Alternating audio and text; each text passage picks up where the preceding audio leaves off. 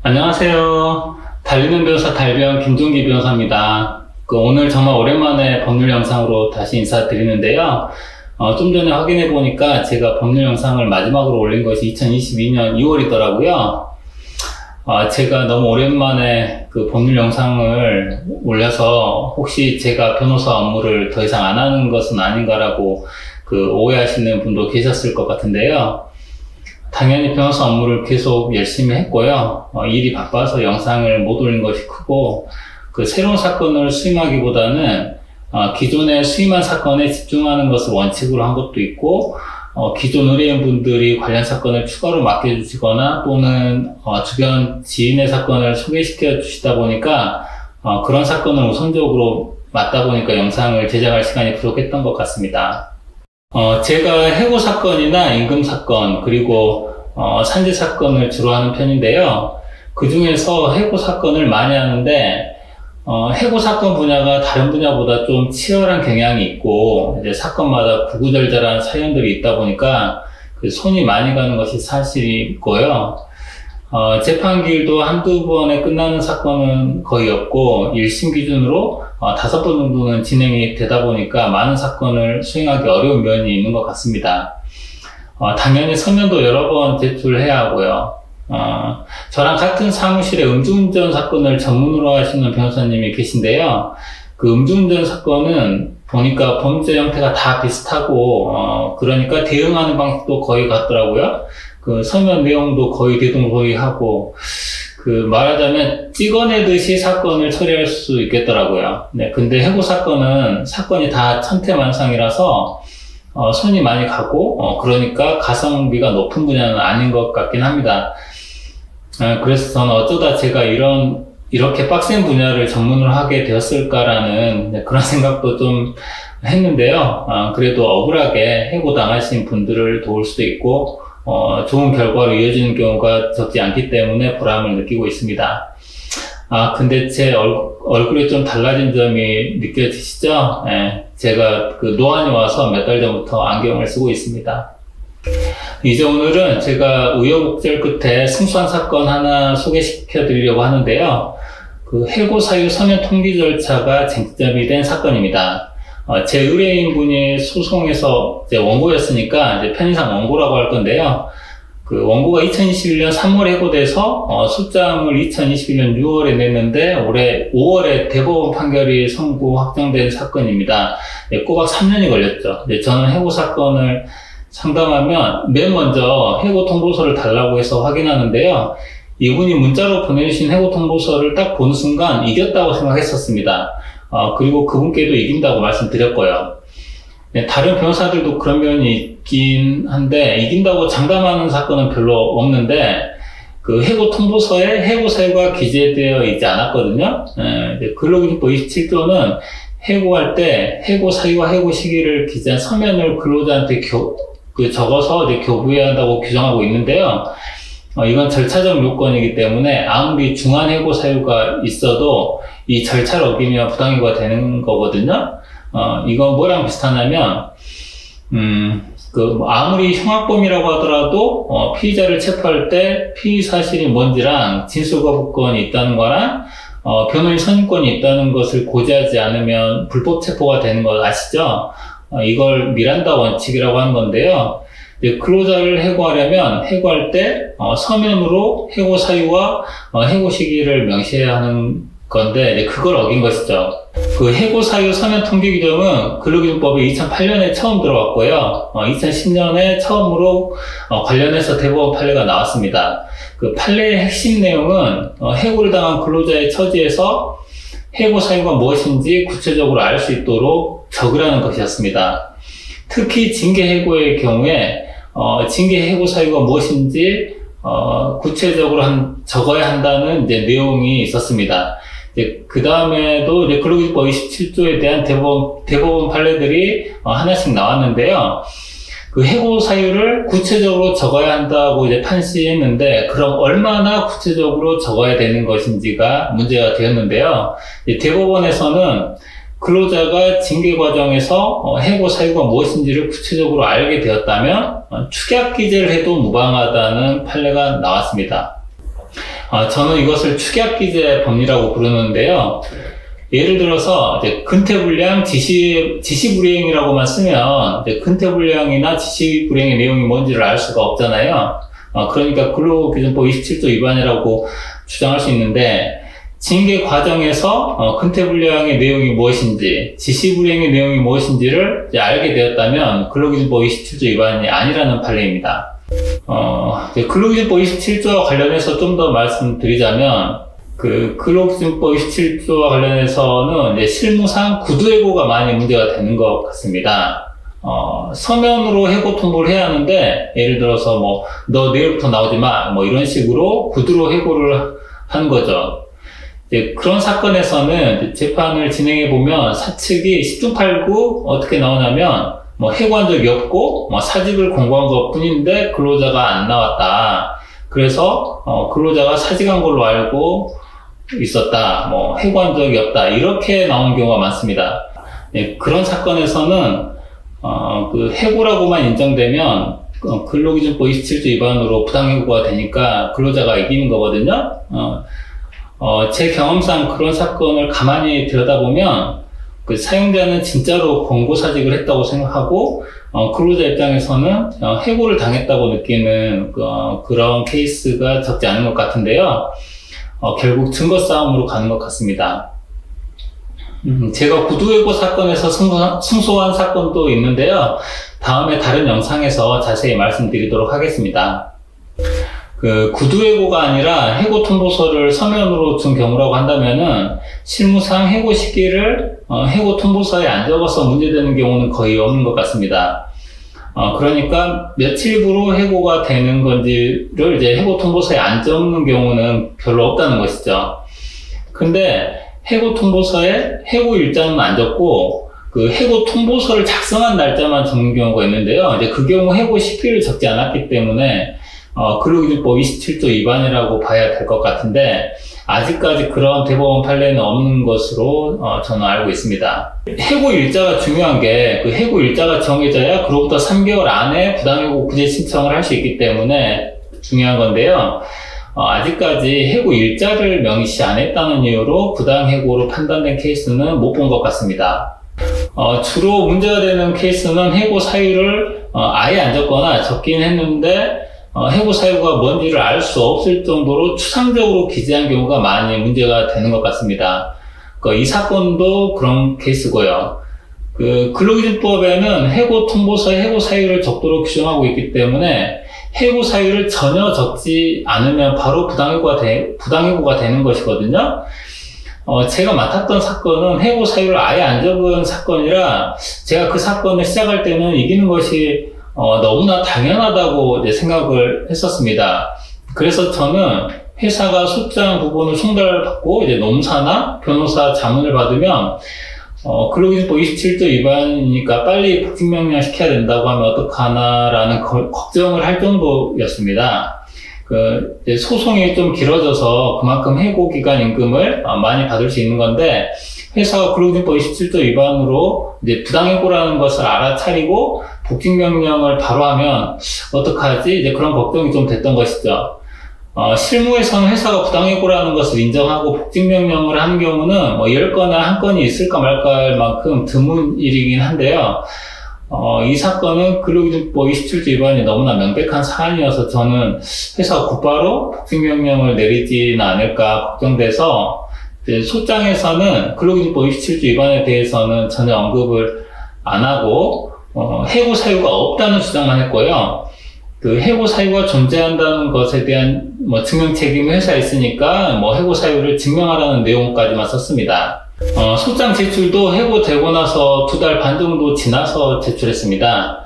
이제 원고는 해고되시자마자 이제 저랑 상담을 하셨고 이제 소송을 진행하기로 했었는데요. 해고 기간을 늘릴 필요가 있어서 2달 정도 기다렸다가 소장을 넣은 것이죠. 참고로 이제 제가 해고 기간을 늘리려고 하기는 하지만 그래도 해고된 때를 기준으로 3개월 안에는 소장을 넣고 있습니다.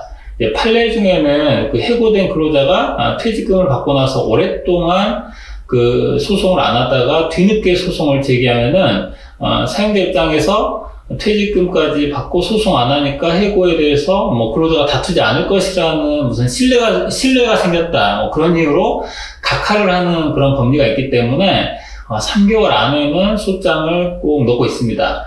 왜 3개월이냐면요. 이제 근로기준법에는 부당해고 구제 신청을 3개월 안에 할 수 있는 것으로 규정하고 있기 때문에 3개월 안에 소장을 내면 각하되지 않기 때문입니다. 그 3개월 안에 부당해고 구제 신청을 했는데도 각하된 사례가 딱 하나 있는 것으로 아는데요. 좀 오래된 그 대법원 판례인데 그 케이스는 회사가 법정 퇴직금보다 이제 퇴직금을 더 얹어줘가지고 해고에 대해서 다투지 않기로 하는 대신에 대가를 받았다고 볼 만한 그런 사정이 있는 케이스라서 아주 예외적인 경우라고 할 수 있습니다. 정리하자면 해고 기간을 늘려서 해고 기간의 임금을 더 많이 받으려고 하더라도 3개월 안에는 소장을 넣는 것이 좋다는 겁니다. 소장을 넣은 다음에 소송 진행 과정에서도 얼마든지 소송 기간을 늘릴 수 있는 방법들이 있는데 굳이 소장을 너무 늦게 낼 필요는 없다는 것이죠. 이 사건에서 저는 이제 당연히 이긴다고 생각하고 해고 기간을 늘려서 해고 기간 임금을 최대한 받아내려고 소장에 근로기준법 27조 위반 주장도 안 하고 그 피고가 답변서를 내고 나서 2달인가 지나서 처음으로 근로기준법 27조 위반 주장을 했습니다. 그 회사가 소송 대리인까지 선임한 상황에서 부당해고라는 것을 인정하고 뭐 복직명령을 한 경우는 거의 없거든요. 그래서 제가 이제 의도했던 대로 해고 기간은 충분히 확보했습니다. 근데 어이없게도 1심에서는 졌습니다. 당연히 이긴다고 생각하고 있었는데 져가지고 너무 충격받았던 기억이 지금도 생생합니다. 이 사건 해고 사유에 대해서 간단히 말씀드리려고 하는데요. 그 원고가 부하 직원들을 강요해서 돈을 빌렸다는 것이 이제 주된 해고 사유였는데요. 그 회사는 해고 사유를 뭐 증명하겠다면서 형사고발까지 했었거든요. 근데 제가 그 형사사건 변호를 맡아서 전부 무혐의가 나왔습니다. 그러니까 근로기준법 27조 위반이 명백한 데다가 회사가 해고 사유로 삼은 강요행위가 이제 형사사건에서 무혐의까지 나왔기 때문에 저는 절차적으로나 내용적으로 부당해고다라는 판단이 나올 것으로 예상했었는데요. 제 예상과 달리 재판부는 근로기준법 27조 위반도 아니고 형사사건에서 무혐의가 나왔지만 징계 사유는 될 수 있다고 하면서 해고가 정당하다고 판단했습니다. 사건을 진행할 때 검찰에서 이제 무혐의가 나왔는데도 그 회사가 피해를 입었다고 주장하는 이제 부하 직원을 증인으로 신청했는데 재판장이 증인을 채택했거든요. 이제 그때 뭔가 이상하다는 생각을 하긴 했습니다. 그 절차 위반이 명백한 사안이고 무혐의까지 나왔는데 왜 증인을 채택하는 거지? 좀 의아했거든요. 1심을 이제 지고 나서 보니까 이제 1심 재판장은 애초부터 근로기준법 27조 위반이 아니라고 생각했고 이제 원고에게 해고 사유가 있는지에 대해서 심리를 집중했던 것 같고요. 그래서 증인도 채택해줬던 것 같습니다. 저는 해고 사유를 기재 안 한 것도 있고 해고와 관련해서 무혐의가 나왔기 때문에 완전히 안심하고 있었는데 뒤통수를 정말 세게 맞은 기분이었습니다. 1심 재판부는 근로자가 징계 절차에서 해고 사유가 무엇인지를 알게 되어 대처할 수 있었다면 축약 기재를 하더라도 근로기준법 27조 위반이 아니라는 아까 말씀드린 이른바 축약 기재 법리를 확대 적용해가지고 해고 사유를 아예 안 적어도 근로자가 해고 사유가 무엇인지를 인식했고 대처할 수 있었으면 근로기준법 27조 위반이 아니라는 취지로 판단했습니다. 그러니까 추상적이긴 하지만 해고 사유를 짧게라도 적는 거랑 아예 이제 한 글자도 안 적은 거랑은 이제 완전히 다른 건데 그 1심 재판부가 근로기준법 27조 법리를 잘 모르고 그 잘못 판단한 겁니다. 이제 그러니까 근로기준법 27조는 해고 사유를 서면에 적어서 근로자한테 교부하지 않으면 해고의 효력이 없다고 명시적으로 규정을 해놨는데 이제 판사가 결론적으로 해고 통보서에 해고 사유를 안 적어도 된다고 판단한 것이라서 너무 납득이 안 됐고 정말 화가 났던 기억이 납니다. 이제 그래서 2심에서 반드시 뒤집겠다는 각오로 항소장을 냈고 제가 놓친 판례가 있을 수 있어서 판례 사이트에서 근로기준법 27조 관련 판례를 쭉 리서치 해봤는데요.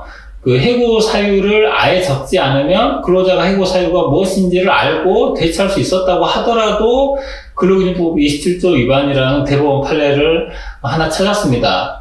그 1심 판결 한 달 전쯤에 나온 따끈따끈한 최신 판례였는데요. 바로 제 사건에 적용할 수 있는 판례였습니다. 그 판례를 찾은 순간에 2심에서 뒤집을 수 있겠다는 자신감이 생겼습니다. 그런 판례가 없더라도 근로기준법 27조의 명문으로 해고 사유를 안 적으면 해고 효력이 없다고 규정해놨으니까 당연히 부당해고가 맞는데, 그래도 판례가 있고 없고가 실무에서는 정말 중요한 것이 현실입니다. 그 대법원 판례가 있으면 1심이나 이제 2심을 하급심이라고 부르는데요. 이제 하급심 재판부는 이제 그 대법원 판례를 금과 억조로 여기고 대법원 판례대로 판단을 하기 때문에 판례가 정말 중요한 것이죠. 2심에서는 제가 새로 찾아낸 대법원 판례를 내면서 이제 여러 번에 걸쳐서 강조를 했고요. 1심 법원처럼 취약기재 판례 법리에 따라서 판단을 하더라도 원고의 징계 절차에서 여러 가지 징계 사유가 논의되었는데 해고 통보서에 그중 어떤 사유가 해고 사유로 인정된 것인지를 적지 않았기 때문에 그 원고는 해고 사유가 무엇인지를 알 수 없었다는 주장도 열심히 했습니다. 다행히 그 2심 재판부가 저의 주장을 전반적으로 받아주셔서 승소했고요. 그 회사가 대형 로펌에 판사 출신 변호사를 선임해서 그 대법원에 상고했지만 심리불속행 상고 기각으로 잘 끝냈습니다. 재판 전략과 관련해서 특징적인 면이 있는 사건이었는데요. 제가 2심에서는 항소 이유로 근로기준법 27조 위반만 주장하고 징계 사유나 징계 양정 주장은 항소 이유로 삼지 않았다는 겁니다.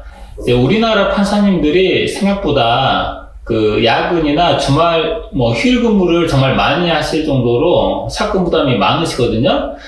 그래서 그 항소심에서 사건을 뒤집으려면 그 1심에서 했던 주장을 그대로 반복하기보다는 과감하게 승산이 높은 쟁점에 집중할 필요가 있다는 생각이 들어서 그렇게 했습니다. 그 항소심에서는 판결문을 쓸 때 1심 판결문을 원용할 수가 있거든요. 그래서 업무 부담이 큰 판사님들 입장에서는 1심의 결론을 이제 그대로 유지하는 그런 경향이 있을 수밖에 없고요.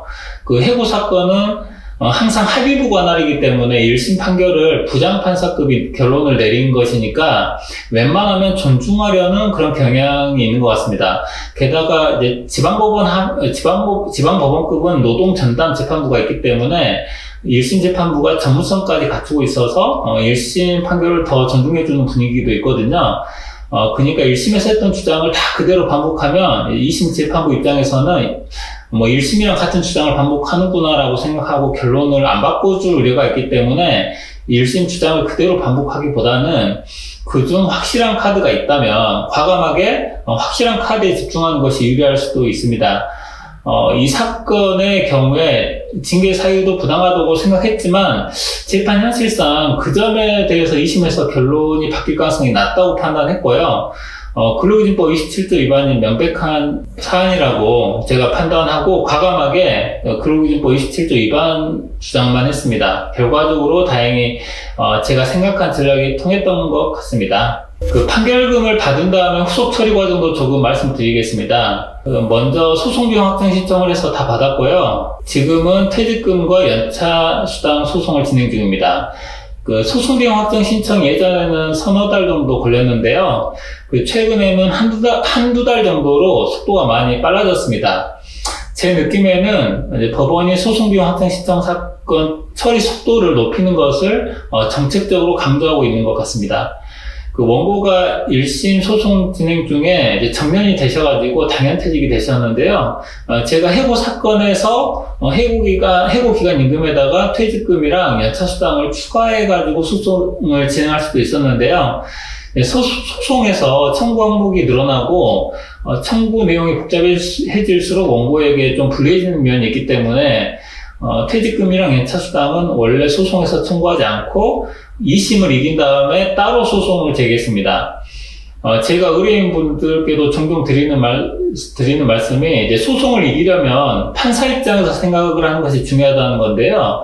해고 사건에서 판사님은 해고가 정당한지 아닌지만 판단하고 싶지 해고기간 임금 계산 같은 거를 하기 싫어하시거든요. 그래서 가급적이면 청구 금액의 계산 방식과 금액은 다툼 없는 사실로 정리하는 것이 좋습니다. 그 원고가 소송 중에 자꾸 이제 새로운 청구 항목을 늘리면 재판부가 좋아하지 않는다는 점을 참고하시면 좋을 것 같습니다. 근로기준법 27조와 관련해서 한 가지 더 말씀드리고 싶은 것이 있는데요. 그 판례는 구체적인 해고 사유를 적지 않고 취업규칙만 나열하면 충분하지 않다고 판시했지만, 그 해고 통보서에 취업규칙 몇 조 몇 항이라고 적은 다음에 해당 조항 내용까지 기재한 경우는 해고 사유를 적은 것으로 평가되는 경우가 있으니까 그 점을 알고 계시면 좋겠습니다. 그 예를 들어서 취업규칙 40조 3항에 1년 동안 3일 이상 무단결근 한때를 이제 해고 사유로 규정해 놓은 경우가 있으면은 해고 통보서에 취업규칙 40조 3항까지만 적으면 취업규칙만 나열한 것으로 볼 수 있지만, 취업규칙 제40조 3항 1년 동안 3일 이상 무단결근 한때까지 적어서 이제 그 내용을 다 적으면 근로기준법 27조 위반이 아니라고 볼 수 있다는 거죠. 왜냐면은 근로자 입장에서 1년 동안 3일 이상 무단결근 한때가 해고 사유라는 점을 알 수 있었기 때문입니다. 무슨 말씀인지 아시겠죠? 이번 영상에서는 제가 실제 수행한 사례를 가지고 실무상 종종 쟁점이 되고 있는 근로기준법 제27조 적용 법리를 살펴봤습니다. 해고 통보서에 해고 사유를 적지 않으면 해고 효력이 없다. 그러니까 해고가 무효이고 부당해고라고 근로기준법에 규정이 되어 있어도 실제 재판에서는 그것의 의미가 무엇인지를 둘러싸고 치열한 싸움이 진행됐습니다. 제가 존경하는 선배 변호사님이 세상에 만만한 사건은 없다고 말씀하신 적이 있었는데 정말 맞는 말씀인 것 같고요. 방심하거나 장담하지 않고 끝까지 최선을 다하는 것이 정말 중요한 것 같습니다. 지금까지 긴 영상 시청해 주셔서 감사합니다. 그럼 다음 영상으로 찾아뵙겠습니다. 고맙습니다.